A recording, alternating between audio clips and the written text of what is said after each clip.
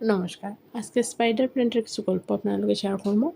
সঙ্গে আমার এক দিদি জানতে চাইছেন যে আমার এই যে গাছটার মধ্যে ঝুরি বাইর হইছে, মানে ছোটো, ছোটো স্পাইডার প্ল্যান্ট বেরিয়েছে, এটা কীভাবে আমি বাইর করাইছি এবং এই টান একটা গাছ আছে যেটার মধ্যে কোনো ধরনের ঝুরি বাইর হন না। তো দিদিরে কইলাম স্পাইডার প্ল্যান্টের ২ টা ভ্যারাইটি আছে।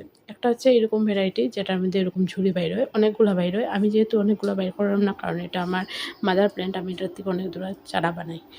এই ঝুড়িগুলারেই আপনি যখন বালিতে বসাই দিবেন সুন্দর চারা হয়ে যাব। আমার এখানে দেখুন রেডি করা আছে চারা। এই চারাগুলোর থেকে আবার সুন্দর হয়ে বড় গাছ হয়। তো ঝুড়ি কীভাবে বাইর করি? আপনি স্পাইডার প্ল্যান্টের ঝুড়ি বানাইতে হইলে স্পাইডার প্ল্যান্টের ২ টা ভ্যারাইটি আছে। একটা হচ্ছে আমার এই ভ্যারাইটি, আর আরেকটা হচ্ছে যেটা নিচের দিকে ছোটো, ছোটো বাল্ব হয় এবং গাছটা একটু ভুসি আকারে হয়। এটার কোনো ধরনের ঝুড়ি বাইর হয় না। আপনার যদি ওই ধরনের প্রজাতি থাকে তাইলে আপনার এই গাছের কোনো ঝুড়ি বাইর হইতো না। তবে আপনার গাছটা ভীষণ সুন্দর থাকে। আর আমার প্রজাতিটা হইছে ঝুড়িযুক্ত প্রজাতি, যেটা আমি প্রপার কেয়ার করলে এটা সুন্দর, সুন্দর ঝুড়ি বাইরিব, অনেকগুলা ঝুড়ি বাইরিব। আমারও বাইর হয়। আমি সেগুলো কাটিয়ে আবার চারা প্রস্তুত করি।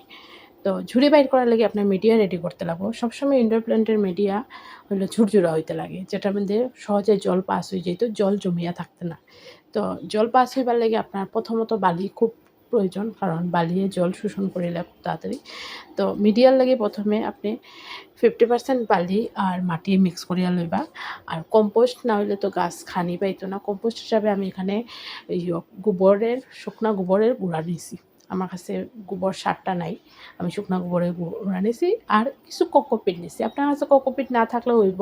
আপনারা যে কোনো ধরুন ধানের চিটা লইতে পারেন, কুড়া লইতে পারেন, এগুলা নিলেও হইব, বা কাঠের গুঁড়া নিলেও হইব।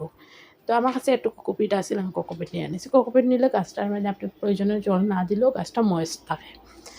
আর স্পাইডার প্ল্যান্ট হচ্ছে ঝুরঝুরা মাটি পছন্দ করে আর ছোটো টব পছন্দ করে। যখন গাছে রুট বাউন্ড হয়ে যায়, রুট বাউন্ড মানে নিচে পুরোটা গাছের টবের মধ্যে রুট জমে যাইব, তখনই গাছে গিয়া নতুন চারা সৃষ্টি করে এবং গাছটা অন্তত ৬ মাস হইতে লাগবে বয়স।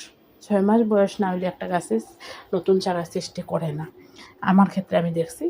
তো আমার এই গাছগুলোর বয়স বেশি না, মাসখানিক বয়স, কারণ মাসখানিক আগে আমি এগুলার কাটিয়া ছোটো ছোটো টবে বসায় রাখছি। এখন দেখুন কি সুন্দর রুট বাউন্ড হয়ে গেছে। তো আমি এটারে এই মিডিয়ার মধ্যে দিয়া সুন্দর করে বসাই দিলাম। আশা করি আপনারা আমার ভিডিওটা দেখিয়া বুঝতে পারছেন এবং হেল্প হইব। আচ্ছা, আজকে তাহলে আসি, অন্য আরেকটা ভিডিও দেখা হইব। ধন্যবাদ।